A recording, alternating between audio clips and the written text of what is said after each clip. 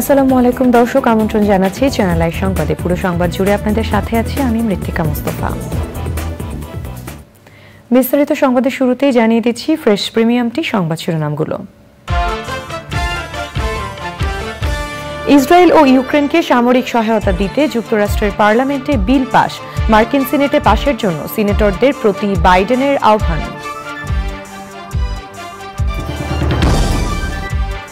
খুলনা বিভাগে তাপমাত্রা ৪২ ডিগ্রি ছাড়িয়ে অতি তীব্র তাপপ্রবাহে অস্থির জনজীবন।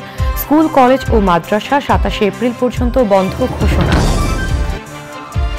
এবং লেখাপড়ার পাশাপাশি খেলাধুলা ও সংস্কৃতি চর্চায় গড়ে উঠবে আগামী প্রজন্ম, বললেন প্রধানমন্ত্রী। প্রতি উপজেলায় মিনি স্টেডিয়াম করার ঘোষণা।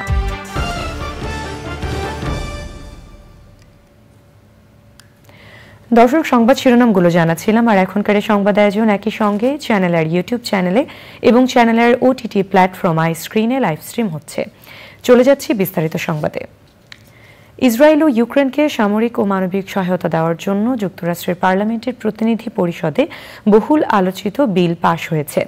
স্থানীয় সময় গতকাল শনিবার ভোটাভুটির পর এসব বিলে অনুমোদন দিয়েছেন মার্কিন আইন প্রণেতারা। ইউক্রেনের জন্য পাশ হওয়া বিলে দেশটিকে $60.8 বিলিয়ন সামরিক সহায়তা দেওয়ার কথা বলা হয়েছে। ভোটাভুটিতে বিলটির পক্ষে ভোট পড়েছে ৩১১টি ও বিপক্ষে ১১২ ভোট। অন্যদিকে ইসরায়েলের জন্য পাশ হওয়া বিলে দেশটিকে $26.4 বিলিয়ন সহায়তা দেওয়ার কথা বলা হয়েছে। এর আওতায় ইসরায়েলকে সামরিক সহায়তা, আকাশ প্রতিরক্ষা ব্যবস্থা ঢেলে সাজানো ও মানবিক কার্যক্রমে সহায়তা করবে জো বাইডেন প্রশাসন। বিল দুটি বাস্তবায়নে এখন মার্কিন সিনেটের অনুমোদন প্রয়োজন হবে। দ্রুতই বিল দুটি সিনেটে তোলা হবে। সেখানে বিল দুটি পাশ করার জন্য সিনেটরদের প্রতি আহ্বান জানিয়েছেন বাইডেন। 10 বছরের ব্যবধানে দেশে তাপমাত্রা ৪২ ডিগ্রি ছাড়িয়ে অতি তীব্র তাপপ্রবাহে আক্রান্ত খুলনা বিভাগ। অস্বস্তিকর গরমে অস্থির জনজীবন। শনিবার চলতি মৌসুমে সর্বোচ্চ তাপমাত্রা যশোরে ৪২.৬ ডিগ্রি সেলসিয়াস এবং চুয়াডাঙ্গায় ৪২.৩ ডিগ্রি রেকর্ড করা হয়। তাপমাত্রা আরও বাড়তে পারে এই আশঙ্কায় শুক্রবার সন্ধ্যা থেকে সোমবার পর্যন্ত ৭২ ঘন্টার সতর্কতা জারি করেছে আবহাওয়া অধিদপ্তর। জান্নাতুল বাকিয়া কেকার রিপোর্ট। বছরের অন্যতম উষ্ণ মাস এপ্রিল। স্বাভাবিকের চেয়ে দিনের তাপমাত্রা ৩ থেকে ৫ ডিগ্রি সেলসিয়াস বেশি থাকছে। রাতের তাপমাত্রাও থাকছে কয়েক ডিগ্রি বেশি। পরপর কয়েকদিন দেশের সর্বোচ্চ তাপমাত্রা রেকর্ড করা হয় চুয়াডাঙ্গায়। শুক্রবার চুয়াডাঙ্গাতে এই মৌসুমের সর্বোচ্চ তাপমাত্রা ৪১ ডিগ্রি ছাড়িয়ে ৪১.৫ ডিগ্রি সেলসিয়াস রেকর্ড করা হয়। শনিবার তাপমাত্রা আরও বেড়ে যশোরে হয় ৪২.৬ এবং চুয়াডাঙ্গায় ৪২.৩ ডিগ্রি সেলসিয়াস। 10 বছর আগে সর্বশেষ ২০১৪ সালের ২১ মে দেশের সর্বোচ্চ তাপমাত্রা ৪৩.২ ডিগ্রি সেলসিয়াস রেকর্ড করা হয়েছিল এই চুয়াডাঙ্গাতেই। আমাদের দেশে কিন্তু ৪৫ ডিগ্রি রেকর্ড আছে, কিন্তু এটা ১৯৭২ সালে রাজশাহীতে ৪৫.১ ডিগ্রি তাপমাত্রা রেকর্ড আছে মে মাসে। ঢাকার তাপমাত্রা আপনাকে ৪২.৩ ডিগ্রি রেকর্ড আছে, এটা হলো ১৯৬০ সালে। তো ঢাকাতেও তাপমাত্রার রেকর্ড আছে। তার মানে কি আমাদের রেকর্ড কিন্তু অনেক বেশি, অত কখনো কম কখনো বেশি। আবহাওয়া অধিদপ্তরের সতর্কতা জারির পর শিক্ষা প্রতিষ্ঠান ২১ এপ্রিল থেকে ২৭ এপ্রিল বন্ধ ঘোষণা করা হয়।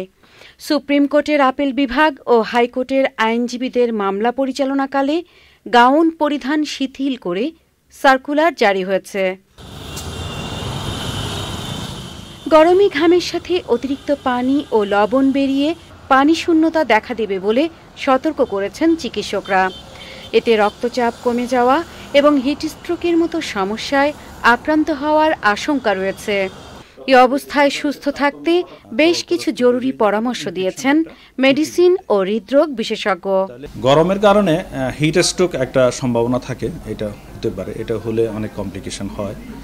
ব্লাড আপনি যদি স্বাভাবিকের চেয়ে আপনার ডিহাইড্রেশন বেশি বোঝা যায়, আপনার জিহ্বাটা শুকিয়ে আসতেছে, আপনার মাথাটা ঝিমঝিম করতেছে, আপনি চোখে অন্ধকার দেখতেছেন, তাহলে বোঝা যাবে যে আপনি এখন হিট স্ট্রোকের জামালায় পড়তে যাচ্ছেন।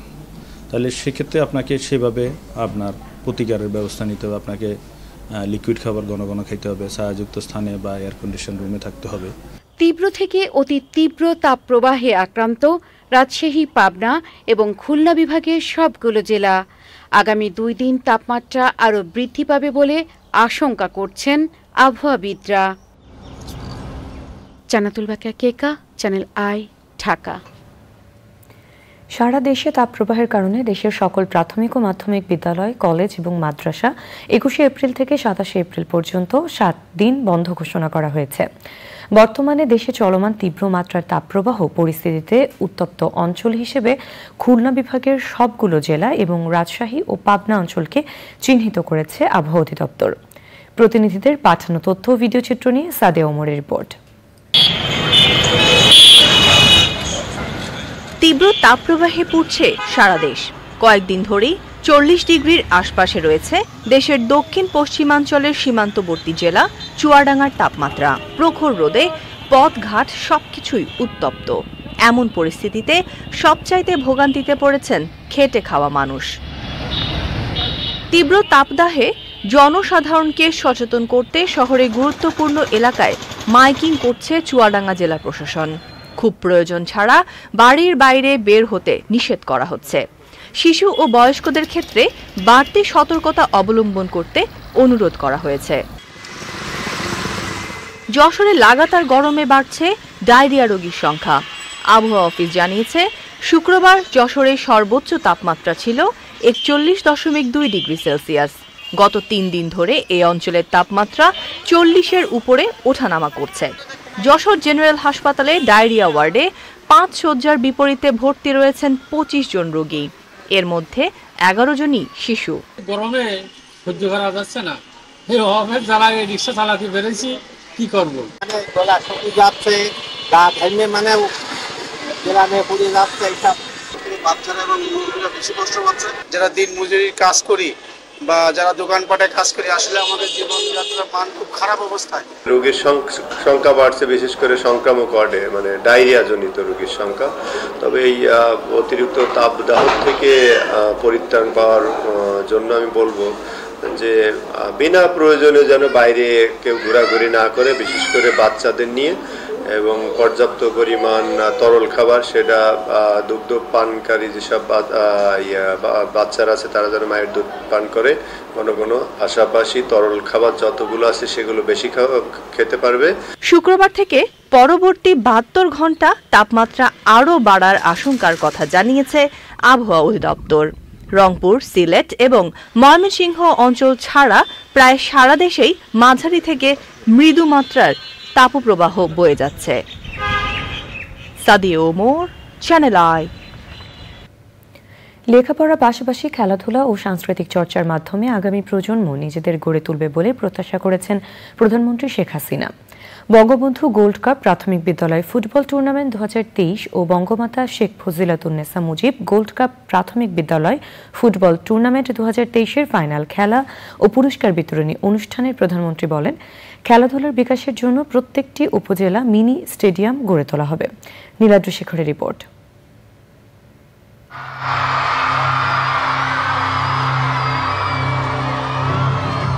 শিক্ষার্থীদের মানসিক ও শারীরিক বিকাশের জন্য ইউনিয়ন পর্যায় থেকে কেন্দ্র পর্যন্ত সারা দেশের 22 লাখ শিশুর অংশগ্রহণে প্রাথমিক বিদ্যালয়গুলোকে নিয়ে এই ফুটবল টুর্নামেন্টের আয়োজন করা হয়। প্রচণ্ড দাবদাহের কারণে ফাইনাল ম্যাচের জন্য নির্ধারিত খেলা 10 মিনিট কমানো হয়।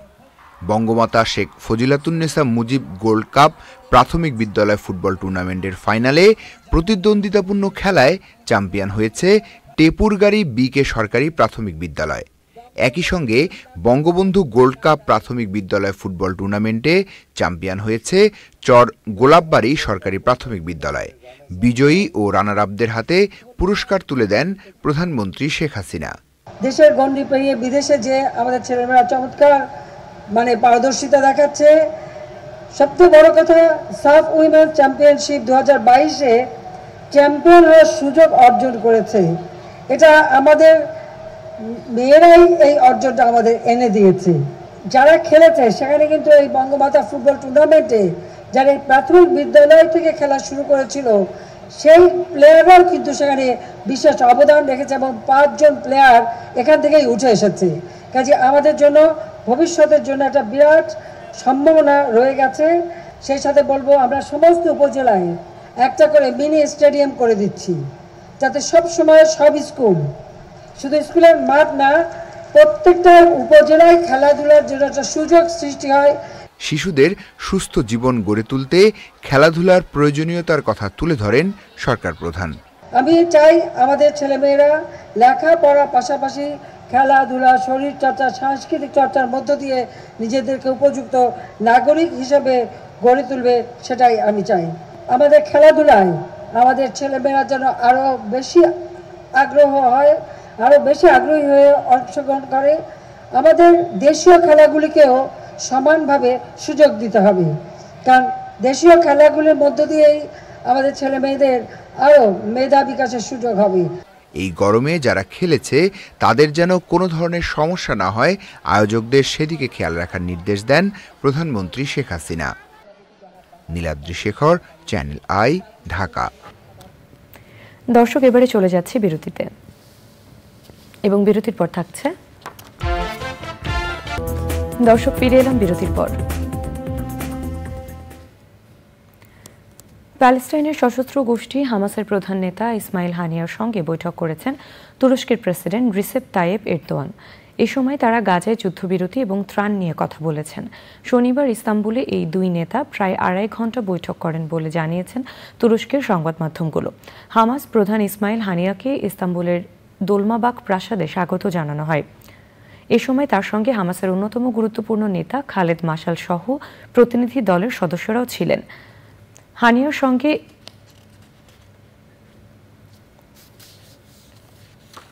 এবারে কৃষি সংবাদ।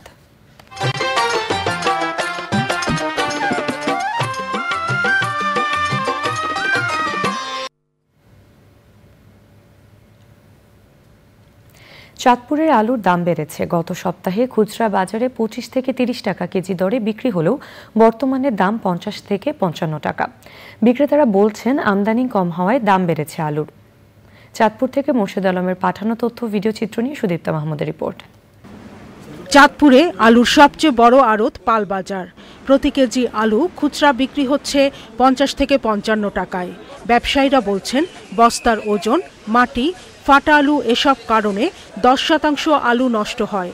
পাইকারিতে বেশি দামে ক্রয় করে বেশি দামে খুচরায় বিক্রি করছেন তারা। আলুর দাম এই জন্যই বেশি যে আপনার আমদানি কম। আলু তো আমদানি কম, এবার এই কারণে আলুর দাম একটু বেশি আর কি।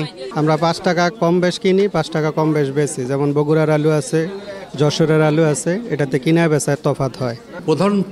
প্রথম কারণ হলো এবছরে আলুর আবাদ কম হয়েছে, যে জন্য আলুর দামটা একটু বেশি। সার থেকে শুরু করে প্রত্যেকটা জিনিসের খরচ অত্যাধিক বেশি, দাম অনেক বেড়ে গেছে, যে জন্য এক বস্তা আলু প্রোডাকশনের খরচ আগের চেয়ে প্রায় 1.5 গুণ বেশি হয়ে গেছে। আলুর দাম হঠাৎ বেড়ে যাওয়ায় বিপাকে পড়েছেন ক্রেতারা। এই মুহূর্তে 25 থেকে 30 টাকা হইলে নর্মাল একটা সিম দইয়া থাকে, কিন্তু ওইটা নাই, অনেক অধিক বেশি হয়ে গেছে। 50 টাকা অনেক বেশি। ইনকাম সীমিত, এখন আমাদের যে খরচটা পড়ে যায় আমাদের এখন চলতে অনেকটাই টাফ হয়ে যায়। বস্তাতে অনেক দাম, তো এভাবে হলে আমরা মধ্যবিত্ত, এখানে যারা সিন্ডিকেট করতেছে বাজার, সরকারের উচিত আমাদের এই সমস্ত সিন্ডিকেটগুলো ভাঙা, এদেরকে দেখা। আলুর দাম নিয়ন্ত্রণে জেলা ভ্রাম্যমাণ আদালত পরিচালনা করছে জেলা প্রশাসন, কাজ করছে জেলা পুলিশ। আমরা আজকে ব্যবসায়ীদেরকে, ব্যবসায়ী সমিতির যারা আছে, নেতৃবৃন্দ আছে, সবাইকে আমরা অনুরোধ করেছি যে বাজারের যে দর, এই বাজার দরটি যাতে সবাই সবার দোকানে প্রদর্শনের ব্যবস্থা করে, যাতে সাধারণ মানুষ বুঝতে পারে যে আজকে বাজার দরটা এত। অতিবৃষ্টির কারণেও 2 দফায় বীজ নষ্ট হওয়ায় আলুর ফলন কমে বেড়ে গেছে দাম।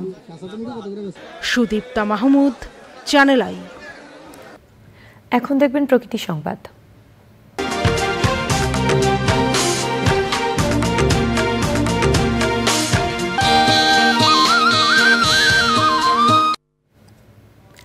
নিজেরাই রাস্তা নির্মাণ করে দৃষ্টান্ত স্থাপন করেছেন কুড়িগ্রামের দুর্গম চর কৃষ্ণপুরবাসী। নদীপথ পরিবর্তনের ফলে হারিয়ে যাওয়া সড়কটি নির্মাণে আর্থিক সহযোগিতার পাশাপাশি স্বেচ্ছাশ্রমেও এগিয়ে এসেছেন তারা। এদিকে দেরিতে হলেও রাস্তা নির্মাণে সব ধরনের সহায়তার আশ্বাস দিয়েছেন প্রশাসন। শ্যামল ভৌমিকের তথ্য ভিডিও চিত্র নিয়ে সাবরিনা হাসানের রিপোর্ট। কুড়িগ্রামের নিভৃত ও প্রত্যন্ত চর কৃষ্ণপুর বন্যা, খরা, নদী ভাঙন সহ নানা প্রাকৃতিক দুর্যোগের সাথে লড়াই করে বেঁচে থাকতে হয় চরাঞ্চলের মানুষকে। 30 বছর আগে প্রাকৃতিক দুর্যোগেই নদীপথ পরিবর্তনের কারণে বিলীন হয়ে যায় চরের যোগাযোগ ব্যবস্থা। যোগাযোগ ব্যবস্থা না থাকায় শিক্ষা, স্বাস্থ্যসেবা এমনকি ফসলের ন্যায্য মূল্য থেকেও দিনের পর দিন বঞ্চিত হয়ে আসছিল চর কৃষ্ণপুরের বাসিন্দারা। সময় মনে করলেন সাঁতুরে আসে মহিলারা, এক বেলা পানি নেমে আসে, কোন চেয়ারম্যান কোন মেম্বার আগে ধরে এবার আর যা চেয়ারম্যান ধরছে আমরা সাহস করে বাঁধিতেছি। আমাদের কাজ আমরা বাঁধে আমরা নিতেছি আমাদের ভালোর জন্য। বন্যার সময় নৌকা দিয়ে আঙ্গারে যাইতে খুব কষ্ট। রাস্তাটা হলে অনেক সুবিধা হবে, রাস্তা হলে আমরা সবাই ভালোভাবে যাতায়াত করতে পারবো। এমন পরিস্থিতিতে নিজেদের উদ্যোগেই রাস্তা নির্মাণ শুরু করেন চরবাসী। আমরা ধরছি 30 লক্ষ টাকা, কিন্তু দুঃখের বিষয় 30 লক্ষ টাকা তো আমরা উঠাইতে পারতেছি না। অল্প সামান্য কিছু 2-4 লাখ টাকা হাতে নিয়ে কাজ শুরু করছি। কিছু কিছু করে টাকা দিয়ে আমরা রাস্তার কাজ শুরু করছি। যদি আমাদের সরকার আমাদের একটু সহযোগিতা করে তাহলে আমাদের কাজটা ভালো হতে পারে। সব ধরনের সহযোগিতার কথা জানিয়েছেন জনপ্রতিনিধি ও প্রশাসন।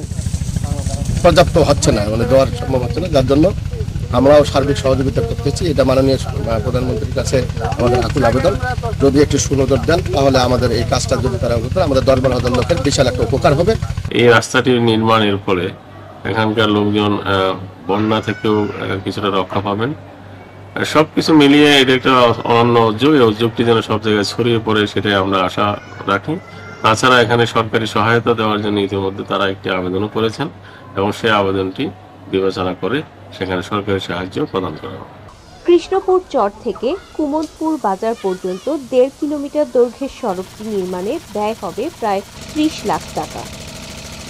সাবরিনা হাসান, প্রকৃতি ও জীবন ডেস্ক, চ্যানেল আই। এবারে খেলার খবর।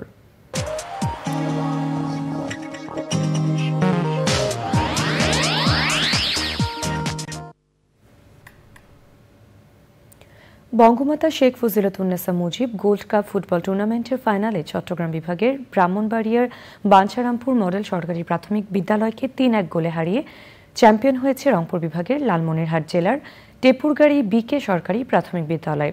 আর বঙ্গবন্ধু গোল্ড কাপ ফুটবল টুর্নামেন্টে চ্যাম্পিয়ন হয়েছে ময়মনসিংহ বিভাগের জামালপুর জেলার চর গোলাপবাড়ি সরকারি প্রাথমিক বিদ্যালয়। বাংলাদেশ প্রিমিয়ার লিগ বিপিএল ফুটবলে জয় পেয়েছে মোহামেডান, বসুন্ধরা কিংস ও চট্টগ্রাম আবাহনী। এদের মধ্যে ব্রাদার্স ইউনিয়নের বিপক্ষে 8-0 গোলের বড় জয় পেয়েছে মোহামেডান স্পোর্টিং ক্লাব। হ্যাট্রিক সহ ঐতিহ্যবাহী সাদা কালোদের হয়ে এই ম্যাচে 5টি গোল করেন মালির ফরওয়ার্ড সোলেমান দিয়াবাতে। মুন্সিগঞ্জে ম্যাচের 34 মিনিটে ব্রাদার্সের জালে শাহরিয়ান ইমনের গোলে লিড নেয় মতিঝিল পাড়ার ক্লাবটি। প্রথমার্ধে 2টি এবং বিরতি থেকে ফিরে হ্যাট্রিক সহ 3টি গোল করেন দিয়াবাতে। মোহামেডানের গোল উৎসবে 1টি করে গোল করেন জুয়েল মিয়া এবং আরেক ফরেন রিক্রুট ইমানুয়েল। টানা 3 জয়ে 26 পয়েন্ট নিয়ে টেবিলের দ্বিতীয় স্থানে মোহামেডান। ওদিকে রাজশাহীতে ফর্টিস এফসিকে 1-0 গোলে হারিয়ে 31 পয়েন্ট নিয়ে শীর্ষ স্থান ধরে রেখেছে ডিফেন্ডিং চ্যাম্পিয়ন বসুন্ধরা কিংস। ম্যাচের একমাত্র গোলটি করেন কিংসদের ব্রাজিলিয়ান মিডফিল্ডার মিগুয়েল দামাসেনা। দর্শক, সবশেষে ফ্রেশ প্রিমিয়ামটি সংবাদ শিরোনামগুলো জানিয়ে দিচ্ছি আরও একবার। ইসরায়েল ও ইউক্রেনকে সামরিক সহায়তা দিতে যুক্তরাষ্ট্রের পার্লামেন্টে বিল পাশ। মার্কিন সিনেটে পাশের জন্য সিনেটরদের প্রতি বাইডেনের আহ্বান।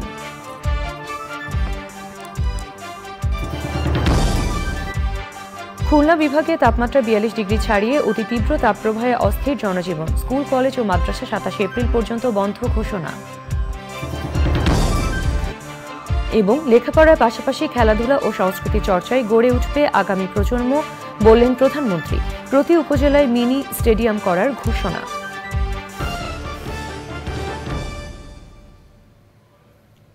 চ্যানেলের সর্বশেষ সংবাদ জানতে ভিজিট করুন channelionline.com এবং যুক্ত থাকুন আমাদের সোশ্যাল মিডিয়া প্ল্যাটফর্মগুলোর সাথে। দর্শক, এ ছিল এখনকার সংবাদ। সাথে থাকবার জন্য ধন্যবাদ।